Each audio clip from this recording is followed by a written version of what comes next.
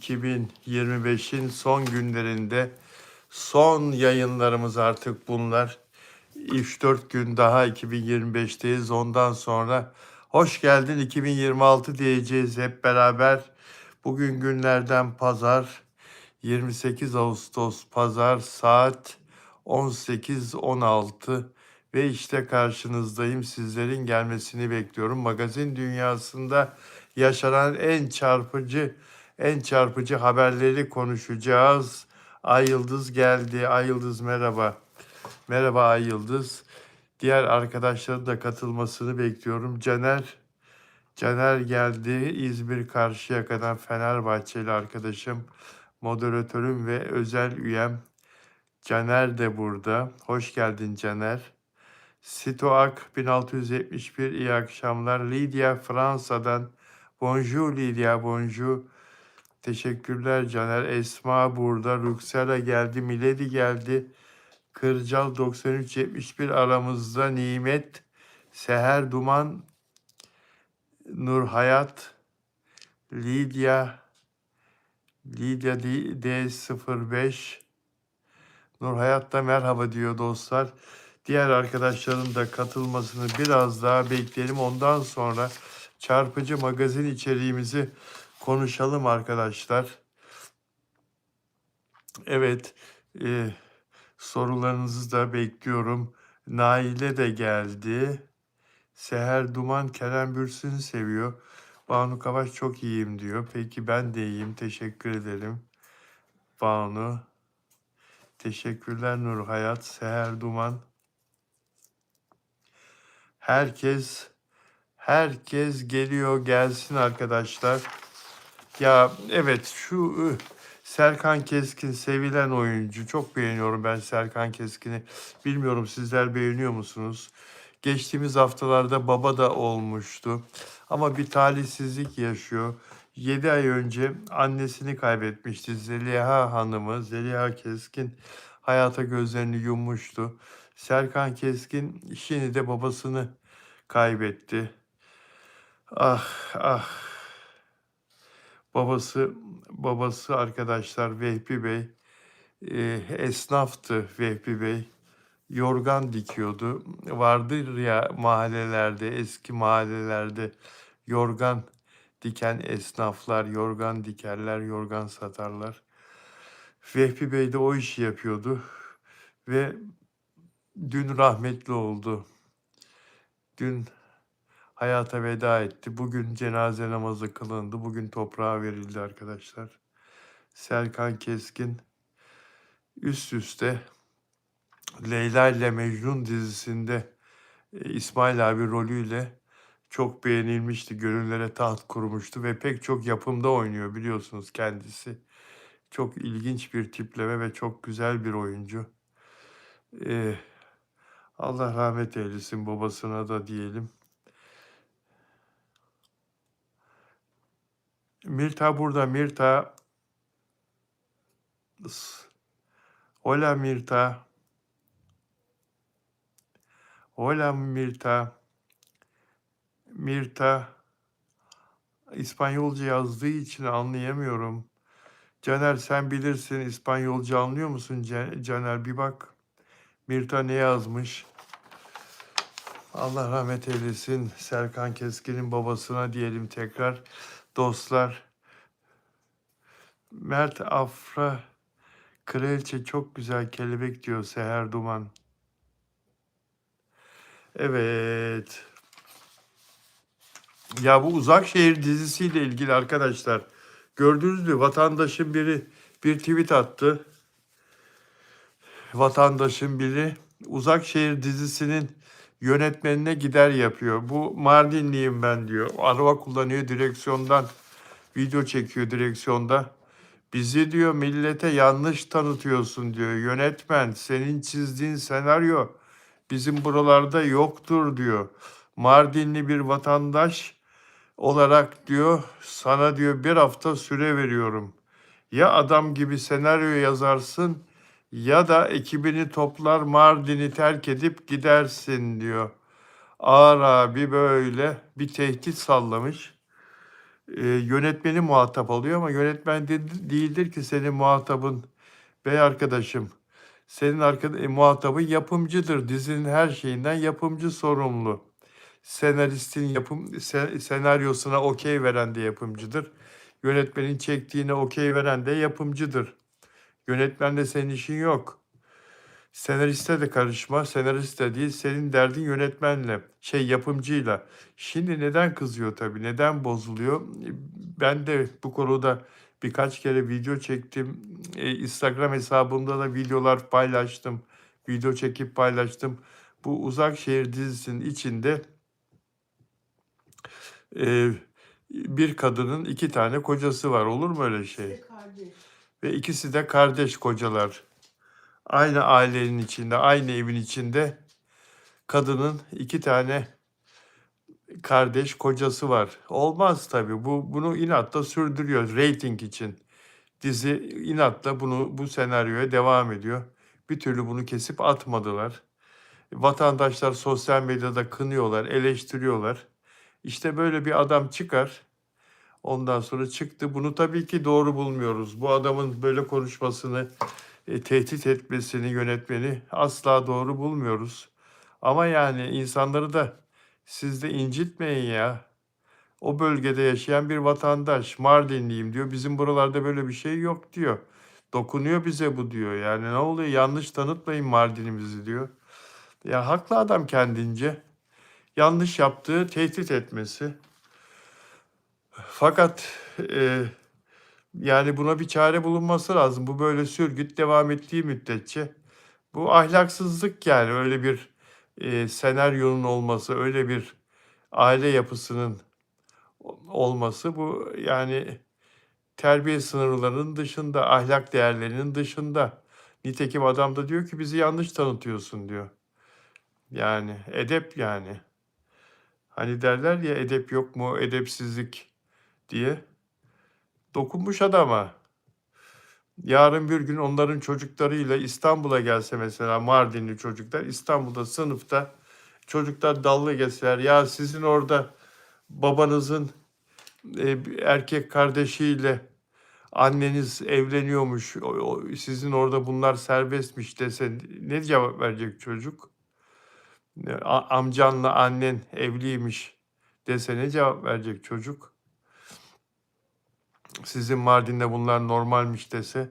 Yanlış yani bu reyting için her şey mübah olmamalı ya. Yani ben anlayamıyorum bunu Rütük'te neden buna izin veriyor, neden yol veriyor? Yabancı ülkelerden bizi izleyen değerli izleyiciler için söyleyeyim. Rütük bütün televizyon kurumlarını denetleyen kuruluşu. Devlet kuruluşu yani onların güzel, doğru, düzgün yayın yapması için kurallar koyan devlet kuruluşu. Ancak mesela burada hiç müdahil olmuyor. Enteresan bazı gündüz programlarında da yıllardır mesela böyle namusa, terbiyeye sığmayan, ahlaki değerlere uymayan yayınlar yapılır. Hiç onlara da karışmaz Rütük. Enteresan yani. Bakalım bu işin sonu ne olacak? Adam diyor yanlış yapıyorsunuz. 1 hafta süre verdim size diyor. 1 hafta sonra görüşürüz diyor. Yani şimdi ne yaparlar? Ben size söyleyeyim. Sette bu Mardin'de dizinin çekildiği sette güvenlik önlemleri uygularlar. İstanbul'dan korumalar falan getirirler. Etrafını çevirirler, setin etrafını nöbet tutar bu korumalar. Yabancılar gelmesin, yaklaşmasın filan diye. Ama bu işler pis işler yani bu korumayla filan bunu çözemezsiniz ki. Olmaz yani bunu başka türlü insanların gururuna dokunuyor. Vazgeçin ya bu saçma sapan senaryodan. Her neyse. Efendim Şebnem? Kardeşini öldürmüşlerdi o Cihan'ın Evet. kardeşini. Öldüm. Tekrar yaşattılar. Şebnem. Ölen adam tekrar yaşadı. Evet Şebnem diyor Öyle ki. kalsaydı yani ölen adamın. Evet. Ölen öldü diyor. Cihan'ın kardeşini öldürmüşlerdi senaryoda diyor. Sonra tekrar dirilttiler diyor. Öyle kalsaydı diyor. Niye dirilttiler diyor. Tabii bunun için dirilttiler. Reyting almak için dirilttiler. Evin içinde acaba Alya hangisine karar verecek? Cihan'da mı kalacak, öbürüne mi dönecek filan. Alya'nın kafası karıştı. Seyirciyi merak içinde bırakmak için. Ama Alya net. Alya diyor ki ben Cihan'dan vazgeçmem diyor. Öbürü de gitsin diyorlar. Baran içinde gitsin bu evden diyorlar. Git diyorlar, git.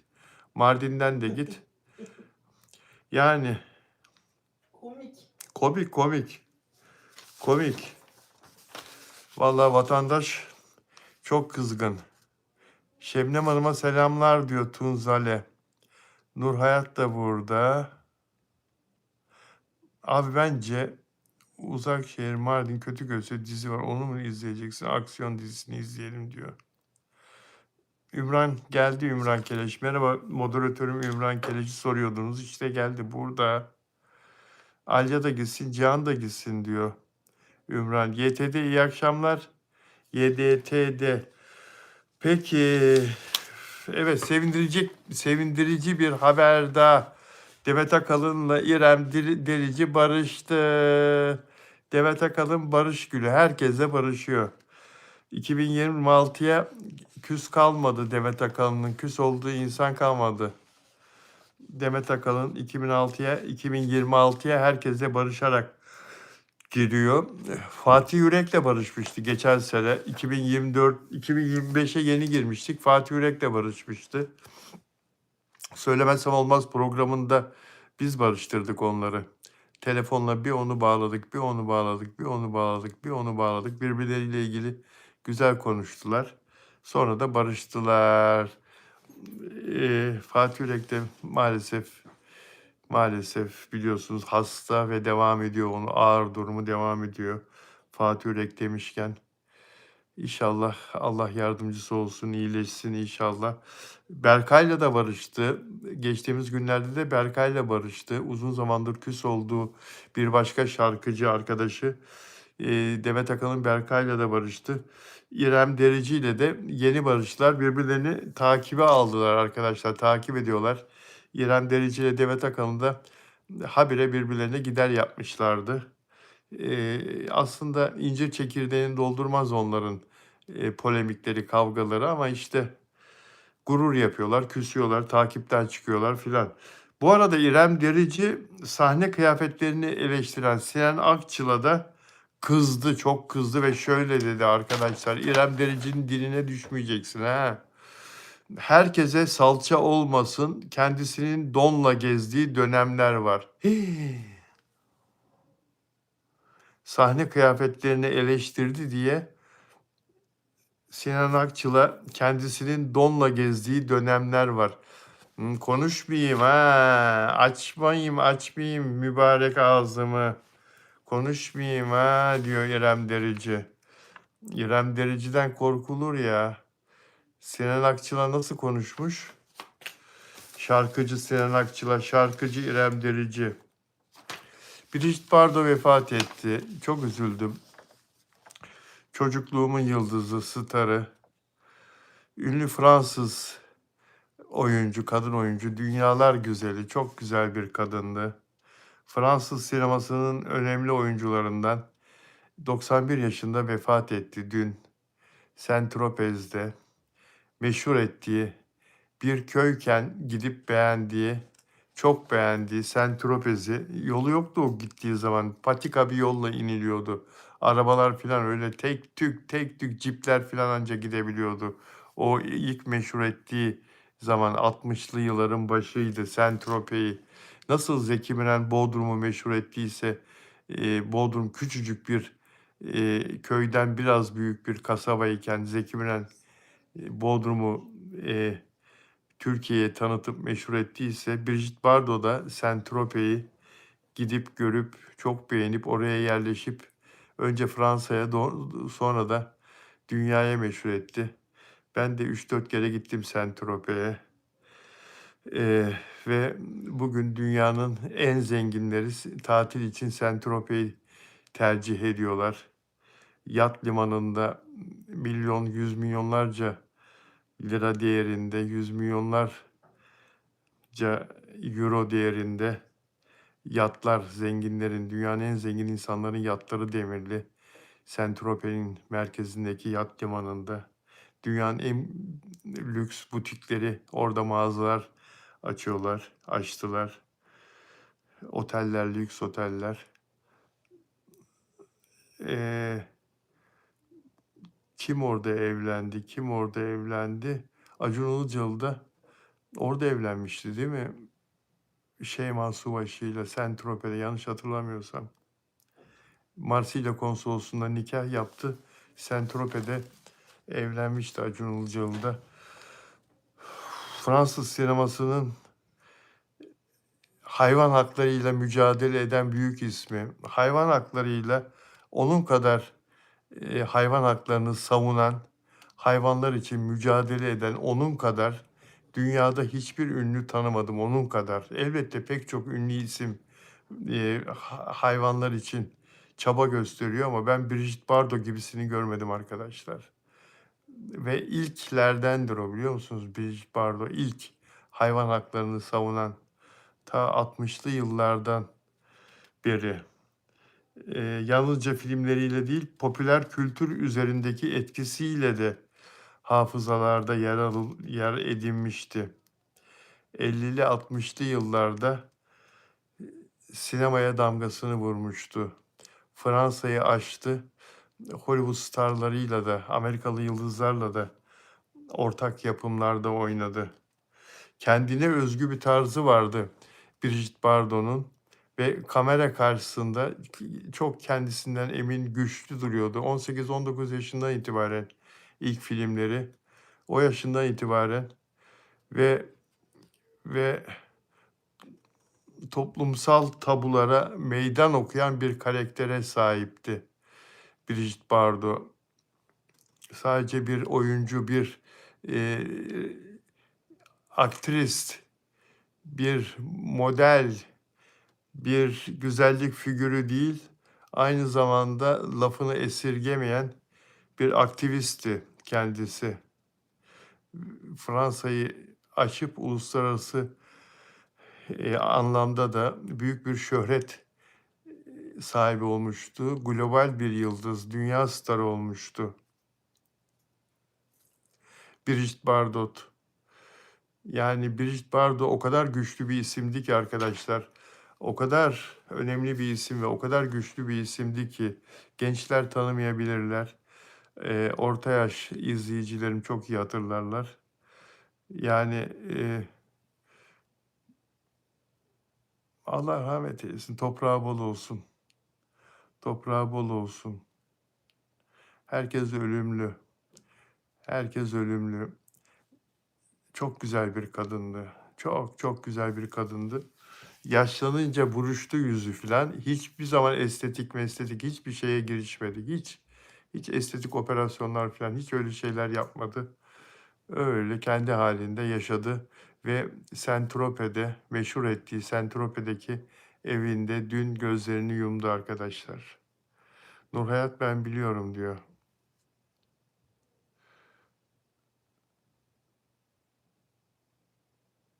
Ve Tanrı kadını yarattı mesela. Abi hangi filmde oynuyordu diyor da bir arkadaşımız, ismini atladım arkadaşımızın. Ve Tanrı kadını yarattı mesela. İlk oynadığı film ya da ikinci filmi. Pek çok sinema filminde. Alain Delon'la da filmleri var. Alain Delon da dünyanın en yakışıklı erkeklerinden biriydi. Fransa'nın ünlü aktörü. O da geçen sene ya da ondan evvelki sene, artık zaman hızlı aktığı için vefat etti. Alain Delon da vefat etti. O da erkeklerin en güzeliydi. En yakışıklı. Lacivert gözlü. Siyah saçlı, esmer, baby face, bebek yüzlü. Alain Delon ve Brigitte Bardot. Dostlar, arkadaşlar, herkes burada mı? Beğen yaparsanız memnun olurum. Ve abone olmadan izleyen dostlar abone olarak izlerlerse, abone olurlarsa sevinirim. Çocuk gibi sevinirim. King Gentleman, Brigitte Bardot vefat etti. Ünlü Fransız oyuncu Brigitte Bardot. Serdar Aslan 1881 Almanya'dan selamlar, abone oldum diyor. Hoş geldin Serdar, teşekkür ederim. Evet, beğendim diyor İlker, beğendim diyor. Evet, beğen yaparsanız ve abone olursanız arkadaşlar memnun olurum. 2026 yılının ilk günlerinde yarışmalar başlıyor. Televizyonlarda yarışmalar başlıyor arkadaşlar. Yarışmalar başlıyor. Şimdi diziler çok karlı tabii ki. Televizyonlar ister ki her güne yeni bir dizi koysunlar. Her güne bir dizi koysunlar.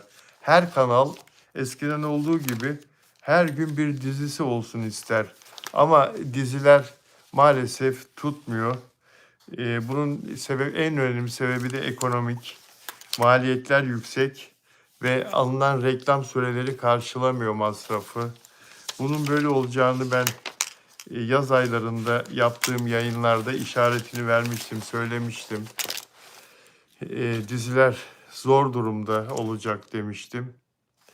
Nitekim başlayan ve 3-4 reyting civarını aşamayan diziler yayından kaldırılıyor arkadaşlar.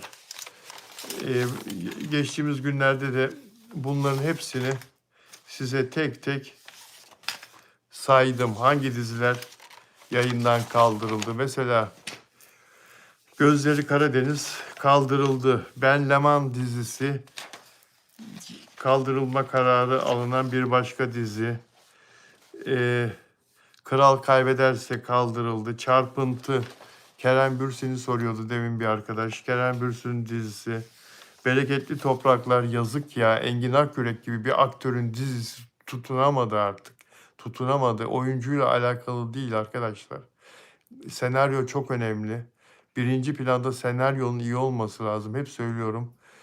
Oyuncu ikinci planda. Oyuncunun, yönetmenin iyi olması.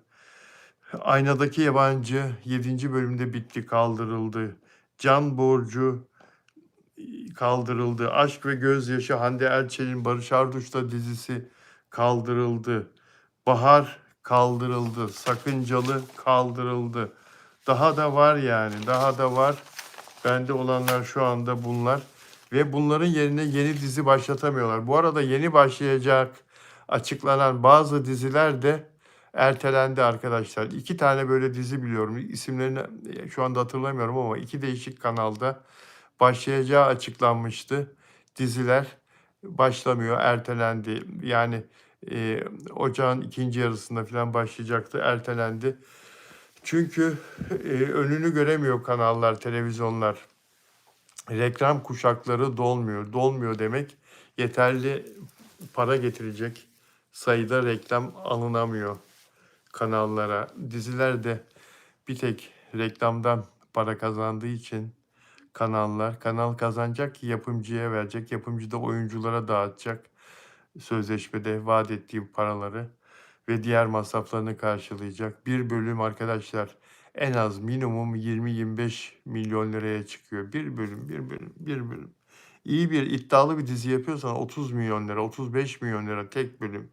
Hele böyle Afra Saraçoğlu'nun dizisi, Abi dizisi gibi 3 bölüm çekip de sonra o 3 bölümü çöpe atarsan zararın çok çok büyük.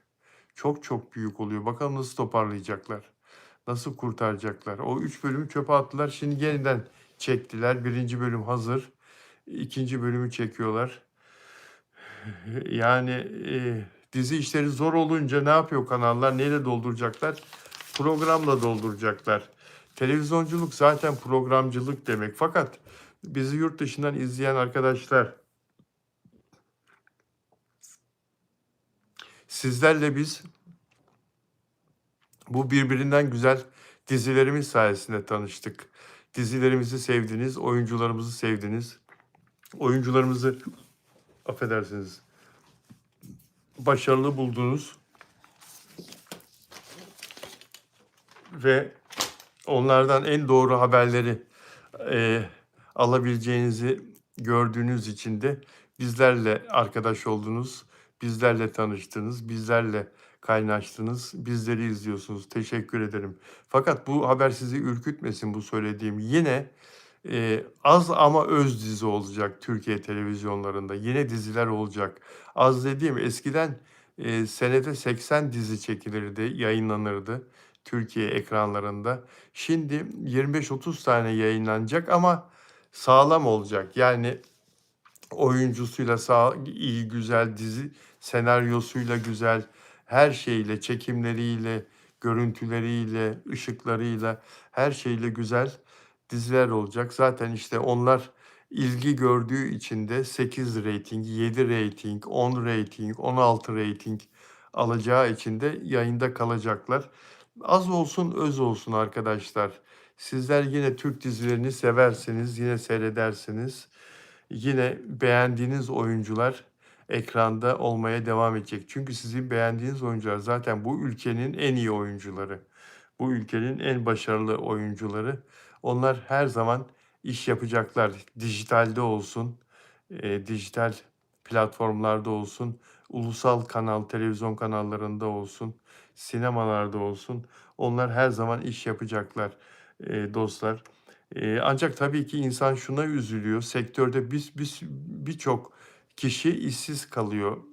Eee, işi olmayan oyuncular, işi olmayan teknik çalışanlar, işi olmayan yönetmenler, senaristlerin sayısı çoğalıyor. Fakat bu kriz dünyada var tabii, ekonomik kriz.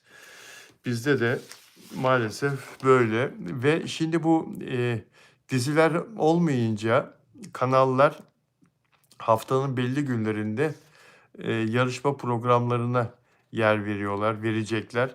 Survivor başlıyor. Survivor zaten her sene vardı, yeni bir şey değil. Ama bir yarışma programıdır o da.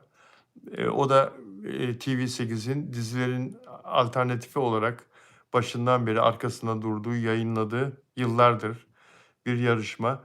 Şimdi onunla rekabet edecek olan Beyaz Show başlıyor. Beyaz Joker programı. Beyazıt Öztürk'ün. Türkiye'nin ünlü sunucusu, komedyeni, e, şovmeni, Beyaz diyoruz biz ona kısaca. Beyazıt Öztürk'ün Kanal D'de Joker yarışma programı başlıyor. İşte o yayın günlerinde henüz açıklanmadı haftada kaç gün yayınlanacağı Joker yarışma programı. Ama 4 Ocak Pazar akşamı ilk yayını. Yayın günlerinde Survivor'a alternatif olacaktır. Survivor çünkü haftada en az 3 gün yayınlanır. Ve Now TV'de yine başarılı bir sunucu İlker Ayrık'ın sunacağı yarışma var.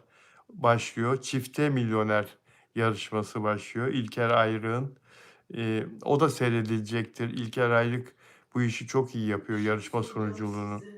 Mehmet Ali Erbil'in programı seyrediliyordu. Neşeli bir programdı. Ona ne oldu acaba? Mehmet Ali Erbil'in yarışma programı kaldırıldı. Yazın kaldırıldı. Kaldırıldı. Orada bir problem oldu ama açıklanmadı neden kaldırıldı. Polat Yağcı yapıyordu onu. Evet. Evet. Şimdi ekranlarda dizi hegemonyası azalıyor yani ekonomik nedenlerle. Bakalım neler olacak göreceğiz. Tabii Abi dizisinin Afra Saraçoğlu ve Kenan İmirzalıoğlu'nun başlayacağı Abi dizisinin alacağı reyting, göreceği ilgi de çok merak ediliyor. Herkes çok merak ediyor. Sektör de merak ediyor.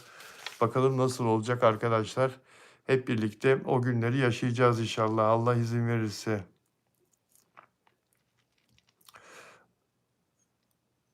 Survivor'ı sevdiğini söylüyor Seher Duman. Ay Yıldız. Fatih Yürek'le ilgili bilgi yok Alican. Durumunda bir değişiklik olsa haber verirler ama durumunda bir değişiklik olduğunu zannetmiyorum. Bir bilgi yok, yeni bir bilgi yok. Evet dostlar, Kendall Jenner dünyaca ünlü model, paylaştığı bir edebiyat şaheseriyle büyük bir ilgi çekti. Neyi paylaştı? Sebahattin Ali, ünlü yazar Sebahattin Ali'nin Kürk Mantolu Madonna romanını, kitabını paylaştı arkadaşlar. İngilizce versiyonu. Madonna in a Fur Coat. Madonna in a Fur Coat İngilizce baskısını paylaştı. Instagram'da Türk edebiyatının klasikleri arasında yer alan bir eseri okuyordu Kendall Jenner. Biliyorsunuz 285 milyon takipçisi var. Bu kadar çok seviliyor, bu kadar çok değer veriliyor. Bir podyum yıldızı o. Kim Kardashian'ın da üvey kardeşi. Yıllarca Kim Kardashian kardeşlerle televizyonda şov yaptı biliyorsunuz.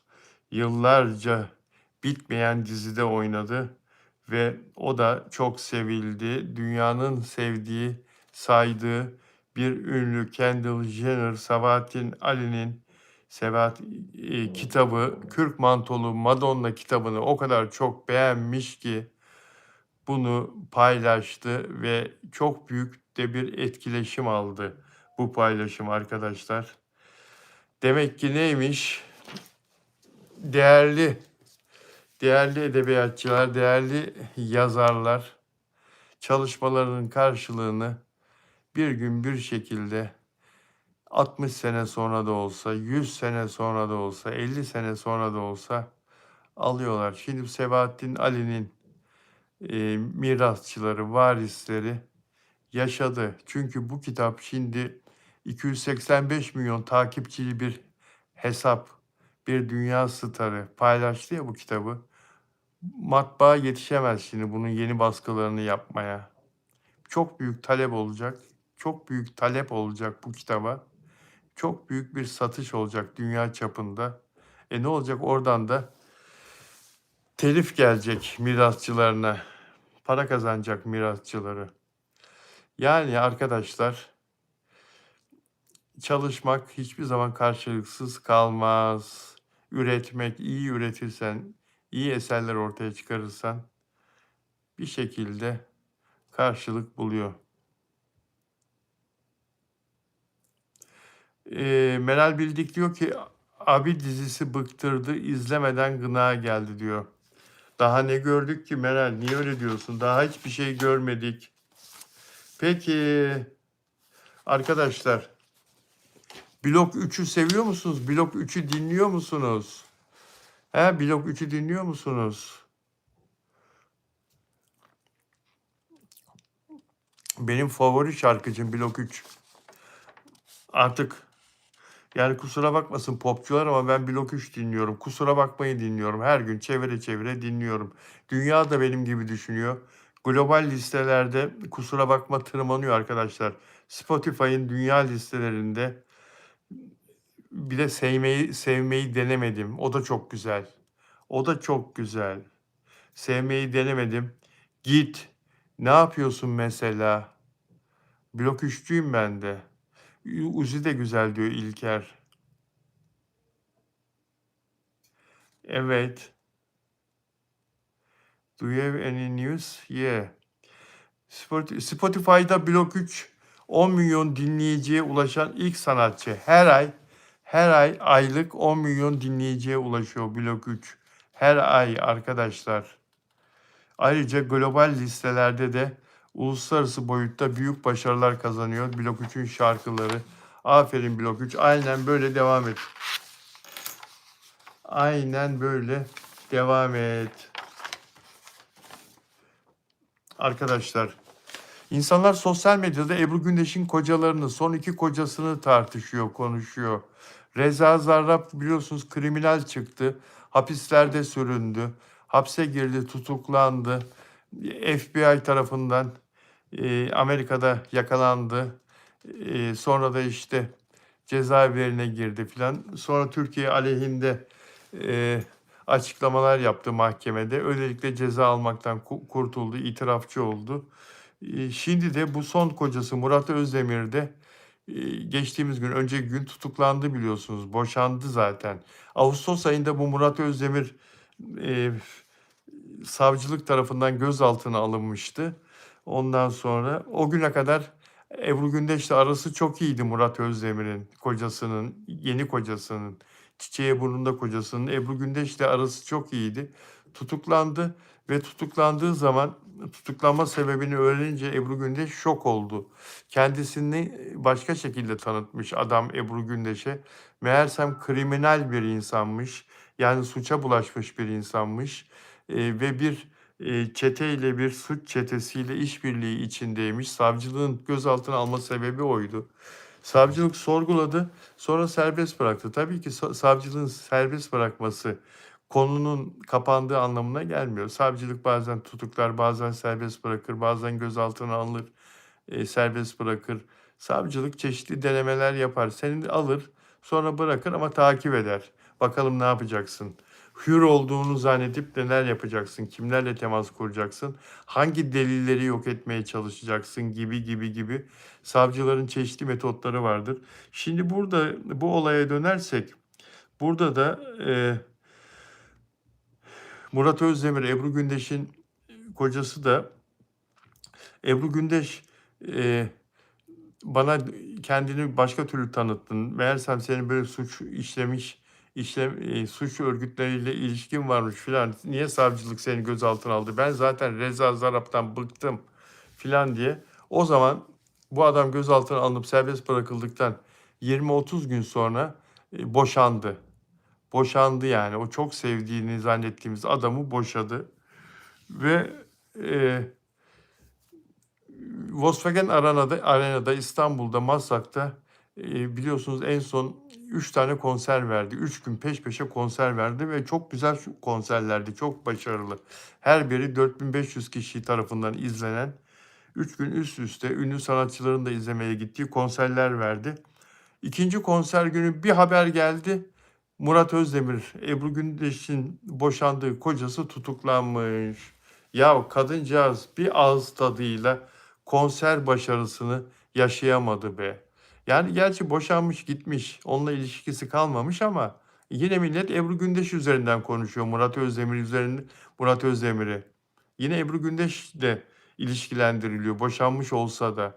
Diyorlar ki işte Ebru Gündeş kiminle evlense adam kriminal çıkıyor. Suç işlemiş bir insan çıkıyor. Nasıl bunu ayırt edemiyorsun? Nasıl seni kandırıyor bu insanlar? Niye evleniyorsun böyle tiplerle filan diye Ebru Gündeş'i e, her şekilde dillerine doluyorlar sosyal medyada. Bilmiyorum haklılar mı? Siz ne diyorsunuz? Haklılar mı? Haksızlar mı?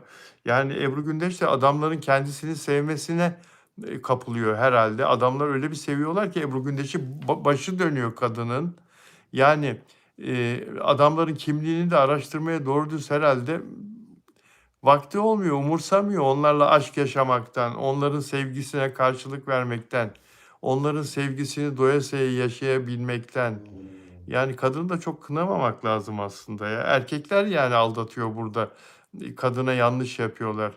Ne Reza Zarrab gerçek yüzünü gösterdi, ne şimdi burada Murat Özdemir kendisinin bir suç örgütüne üye olduğunu kadına hissettirdi. Murat Özdemir ne iş yapıyor dedikleri zaman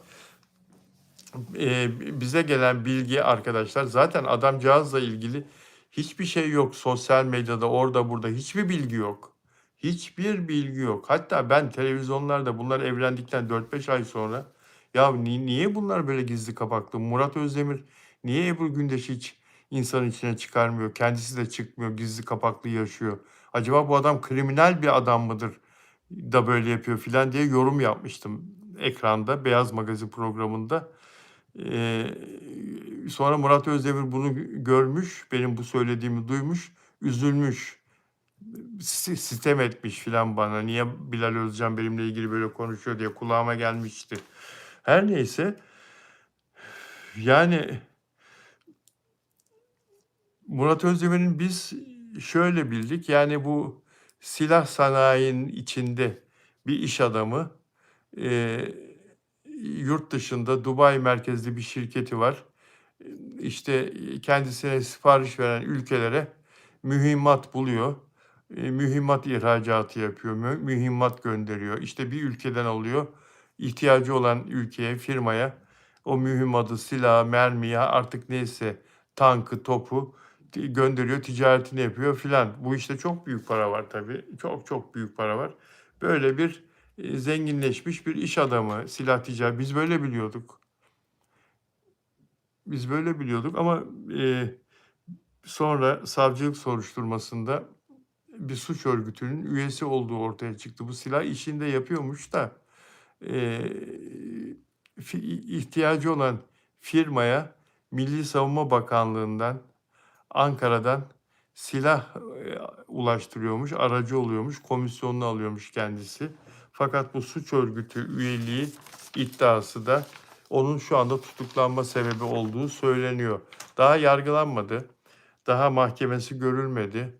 Yargılanana kadar, mahkemesi görülene kadar, karar verilene kadar biliyorsunuz her her zanlı masumdur. Masumiyet karinesi vardır. Dolayısıyla Murat Özdemir de şu anda henüz bir ceza almadığı için sadece suçlanan bir kişi diyebiliyoruz ve eğer avukatı da bağlanıp da bu durumunu bize izah etmek isterse cevap hakkı da vardır arkadaşlar. Bunu da buradan söyleyelim. Ebru Gündeş'e de artık bundan sonra dikkatli ol Ebru Bey. Yeter ya. Yeter ya. Yeter diyelim arkadaşlar. Peki dostlar. Seher Duman selam verdi. Evet Caner. Merhaba Caner tekrar. Ya bu Hakan Sabancı ne olacak arkadaşlar ya? Şimdi Rabia Soytürk'le sevgili biliyorsunuz. Rabia Soytürk teşkilatta oynayan güzelce bir kız. Güzelce bir oyuncu teşkilat dizisinde oynayan. Hande Erçel'in eski sevgilisi Hakan Sabancı. Daha geçen gün Naz Şahin'le ilgili burada haberlerini yapıyorduk. Fenomen Naz Şahin'le Miami'de görüldüler, fotoğraflandılar filan diye haberlerini yaptık. Ne çabuk Naz Şahin'den bu Rabia Soytürk'e geçtin be Hakan ya. Ne yapıyorsun Hakan? Nasıl? Bu bir çalışma sistemi mi var senin? Bu konuda bir ekibin mi var? Ne yapıyorsun? Bu kadınları nasıl ulaşıyorsun? Nasıl tavlıyorsun? Onların telefon numarasını bulmak bile bir mesele olması lazım ama senin için hiçbir dert değil. Ya hemen hop istediğine ulaşabiliyorsun. Of ve Rabia Soytürk'e bu güzelce hanıma soruyor gazeteci arkadaşlar. Gerçeklik payı var mı diyor Hakan Sabancı'yla ilişkiniz var mı gerçekten? Var mı yok mu? Teşekkür ederim. Bazı şeyler konuşulması e, gerektiği zaman konuşulur diyor. Bazı şeylerin konuşulması gerektiği zaman konuşmak lazım. Güzel şeyler var. Tadı kaçmasın diye cevap verdi. Yok diyemedi, yalanlamadı ilişkisini. Var demeyi de başka türlü söyledi. Yani Hakan Sabancı'nın tepkisinden çekiniyor herhalde. Biliyorsunuz Hakan Sabancı sert bakar. Bana özelimi niye soruyorsunuz? Havalimanında niye bekliyorsunuz? Ne işiniz var burada? Niye geldiniz havalimanına? Hatırlayın havalimanında. Kaç kere muhabirleri fırçalamıştı havalimanında. Hande Erçel'le yurt dışından 35. tatilden dönerken, 36. tatilden dönerken, 37. tatilden dönerken muhabirler soruyorlardı. Evlilik var mı? Ufukta evlenecek misiniz? Evlilik. Niye geldiniz buraya sabahın bu saatinde? Niye soruyorsunuz falan diye böyle. Hakan Sabancı magazine tepkili. Rabia Soytürk de herhalde onu bu huyunu bildiği için evet sevgiliyiz falan diye burada açık açık anlatamıyor. Acaba Hakan Sabancı'nın annesi Arzu Hanım ne der diye yazıyorlar sosyal medyada Rabia Soytürk'le ilgili ilişkisine. Rabia Soytürk'ü kabul eder mi aileye Rabia diye. Soytürk sosyeteden değil, kabul etmez. Şebnem diyor ki sosyeteden değil diyor eşim Şebnem. Rabia Soytürk o yüzden Arzu Sabancı kabul etmez diyor. Etmez mi diyorsun? Tabii aristokrat bir ailesi yok. Aristokrat bir ailesi yok diyor.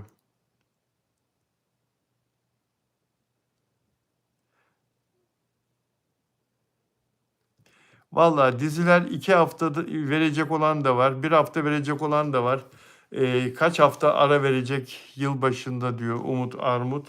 Diziler kaç hafta ara verecek diyen arkadaşlarım var. Yani onu yaşayıp da göreceğiz. 1 hafta ara veriyoruz derler. 2 hafta, 3 hafta olur. Bakarsınız Ocak boyunca reklam gelmez. Şubat'a kadar ara verirler. Caner selam söylüyor Şebnem sana, moderatörüm ve Sen de çok özel selam üyem. söyle C- herkese. Caner, Şebnem çok selam söylüyor. Sana ve herkese çok selam söylüyor eşim. Fatih teşekkür ederim. Ayla merhaba, merhaba.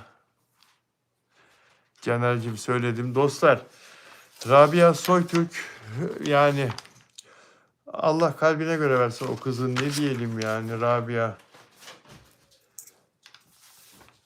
Evet, Serkan Keskin'e de Allah rahmet eylesin, babasını kaybetti. Bugün toprağa verdi, onu konuştuk. Şimdi arkadaşlar, şimdi yarışma programlarını merakla bekliyorum ben. Evet, onu da konuştuk sizlerle. Özel üyelerimden Dilek Şenyurt Frankfurt'tan yok burada değil mi? Ee, Dilek Şenyurt Almanya Frankfurt'tan yok. Caner burada özel üyelerimden. Aynı zamanda moderatörüm kendisi. Ellerinden öperim diyor Şebnem Caner. Sağ olsun canım. Sağ ol canım, sağ olsun. Onur Hakan Sabancı'ya da yasak koymuş diyor Osman Uluşan. Hakan Sabancı'ya da yasak koymuş. Hakan Sabancı'yı engelledi o zaman Onur Güven Atam. Samiye Yüksel. Samiye Yüksel. Samiye Hanım burada mı? Özel abonem yok. Nelida Manzano. Nelida. Nelida.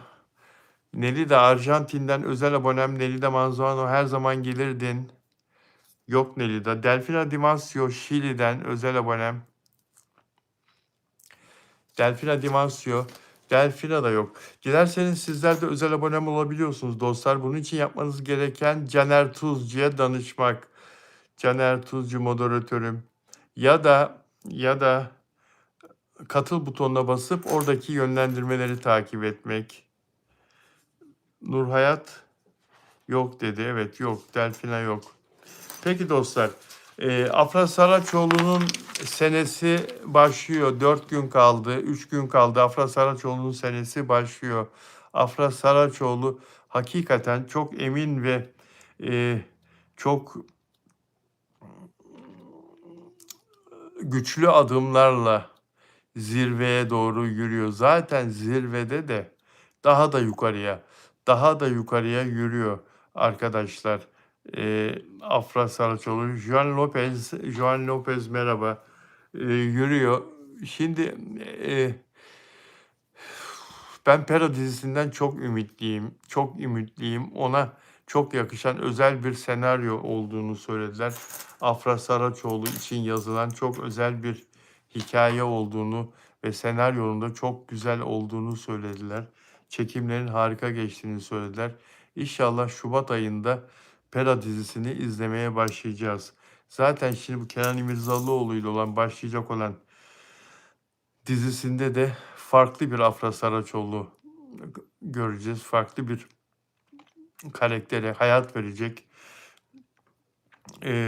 Adeta bir mafya lideri gibi ailesinin hakkını savunmak için kötülerle kavga eden, kötülerle savaş eden mafya lideri dememin sebebi şu: kanunsuz iş yapmasa Kenan İmirzalıoğlu polise bırakır. Kendisi silah çekmez, ateş etmez. Çünkü buna Kenan İmirzalıoğlu'nun canlandırdığı Doğan karakteri. Silah çekmez, ateş etmez, insanları dövmez, kavga etmez. Bu işleri polise bırakır, devlete bırakır, savcılara bırakır. Ne olursa olsun, ne gibi bir haksızlığa uğrarsa uğrasın, kendisinin ateş etmeye yetkisi yok. Doktor o, cerrah. Bunları yaptığı için, böyle yaptığı için, kanunsuz iş yaptığı için, dizideki karakteri anlamında söylüyorum. Adeta bir mafya lideri gibi sürekli olarak kavga eden, silah çeken, ateş eden, yaralayan, öldüren filan bir karakter göreceğiz. Onu süsleyecekler tabii, iyilere yardım etmek için, iyilerin hakkını kötülerden almak için, kötülere ceza vermek için, yani iyi insan Doğan, Doktor Doğan ailesini korumak için filan diye süsleyecekler tabii. Hiç suça karışmış gibi göstermeyecekler. Afra Saraçoğlu da orada sevdiği adamın girdiği maceranın içinde o da bulaşmış olacak. O da işte gördüğünüz gibi insanların kafasına sopa geçirecek. Dayak yiyen, yere düşen insanlara bir tekme de o atacak. Belki dövüş yapmayı falan da öğrenir. Öğrenmesi aslında yumruk vursa, el acısa falan daha komik. Afra Saraçoğlu'na daha çok yakışır, daha güleriz. Biraz espri de olur işin içinde. Fakat yani uyacak mı, uyumayacak mı, olacak mı, olmayacak mı, tutacak mı, tutmayacak mı bunlar çok belirsiz. Ama şimdi bütün ATV'nin arkasında duracağı, müthiş bir destek vereceği ATV televizyonunun, Türkiye'nin en güçlü televizyonu bir dizi başlıyor ve bu dizinin başrol oyuncusu Afra Saraçoğlu. Bütün Türkiye onu izleyecek. Eğer her şey iyi giderse, dizi tutarsa Kenan İmirzalıoğlu'nun alacağı alkışlar Afra Saraçoğlu'na da verilecek. Belki daha çok Afra Saraçoğlu alkış alacak. Hepsini göreceğiz arkadaşlar. Bu arada Afra Saraçoğlu'nun Bulgari ile yaptığı anlaşma çok müthiş bir anlaşma. Dünya lideri mücevher sektöründe İtalya'nın bir asırlık mücevher firması dünyaca meşhur Bulgari ile yaptığı bu anlaşma çok önemli ve şunu gördük bugün 2026 yılında Bulgari Afra Saraçoğlu'nu sadece Türkiye yüzü olarak değil global anlamda da dünyada da Bulgari'nin yüzü olarak kullanacak arkadaşlar. Bunu şuradan söylüyorum. Bu Bulgari firmasının CEO'su Jean-Christophe Babin. Jean-Christophe Babin, Bulgari'nin CEO'su bir paylaşım yaptı, bir post paylaştı ve 2026 yılını kutladı herkesin. Ve bu kutlamada Afra Saraçoğlu'nu da dahil etti. Afra Saraçoğlu'yla birlikte kutladı. Bulgari ile Afra Saraçoğlu'yla ve Roma'yla e, size çok mutlu, çok mutlu yıl sonu kutlamaları ve muhteşem bir 2026 yılı dileriz diye yazdı arkadaşlar. Afra Saraçoğlu'nun da etiketini koydu. Bulgari'nin etiketini koydu ve İtalya'nın başkenti Roma'yı da etiketledi. Size Bulgari ile, Afra Saraçoğlu ile, Bulgari ile, Roma ile çok mutlu yıl sonu kutlamaları ve muhteşem bir 2026 yılı dileriz dedi. Biraz daha uzun bu. Ben kısaca okudum size. Bulgari mücevher firmasıyla bugüne kadar dünyanın en ünlü modelleri çalıştı. Hala da dünyanın çok ünlü modelleri çalışıyor. Ama bir tek Afra Saraçoğlu'nun ismini yazdı oraya. Bulgari'nin CEO'su yani firmanın genel yönetmeni, başı olan kişi. Patrondan sonraki gelen kişi bir tek Afra Saraçoğlu'nun ismini yazdı. Çok büyük bir onur bu Afra Saraçoğlu için. Afra Saraçoğlu'na çok çok büyük bir değer veriyorlar arkadaşlar. Çok büyük bir değer veriyorlar. Afra Saraçoğlu buraya nereden geldi? Bu noktaya nereden geldi? Oyunculuktaki başarısından geldi. Oyunculuktaki kendisini kabul ettirişinden geldi. Bir oyuncu olarak Yalı Çapkını dizisinde ve öncesinde ama en son Yalı Çapkını'yla çok büyük parladı. Öncesinde de çok başarılı işler yaptı. Altını doldurmuş oldu yani sağlam temeller atmış oldu Yalı Çapkını'ndan öncesi yaptığı başarılarla. Yalı Çapkını'yla da dünya çapında bir sükse yaptı. Mert Ramazan Demir'le de ikisinin uyumu, hem özel hayatlarındaki uyumu hem ekran karşısındaki başrollerdeki uyumu onları dünyaca sevilen, Afra'yı da dünyaca sevilen bir yıldız haline getirdi ve oradan da bir hanımefendi olarak hayatına dikkat eden bir hanımefendi gibi yaşayarak bir sevgi dolu, yüreği sevgi dolu, iyiliksever, yardımsever, herkesi seven, egosuz, kibirsiz bir insan olarak hayatını sürdürerek kendisiyle ilgili sorgulama yaptığı zaman bu firmalar, büyük firmalar, biz bunu reklamlarımızda oynatacağız ama iyi oyuncu olduğunu biliyoruz. İyi oyuncu olduğunu kabul ediyoruz. Ama özel hayatı nasıl? İnsanlara bakışı nasıl? Egosu var mı? Kibiri var mı? Yalan söyler mi? Kendisini mi düşünür yoksa dünya insanlarını mı düşünür filan diye araştırma yaptıkları zaman Baktılar ki pırıl pırıl bir genç kadın var karşılarında. Sadece iyi oyuncu olmak yetmez. Bunu söylemeye çalışıyorum. Şöhret yönetimi diye bir şey var. Hep söylerim. Şöhret yönetimi bir bütündür. Hem iyi oyuncu olacaksın, hem düzgün karakter olacaksın, hem iyi insan olacaksın, hem yardımsever olacaksın. Hayvanları çok seveceksin, doğayı çok seveceksin, doğa sever olacaksın. Her şey bir bütün olursa işte Afra Saraçoğlu gibi kazanırsın ve öne çıkarsın.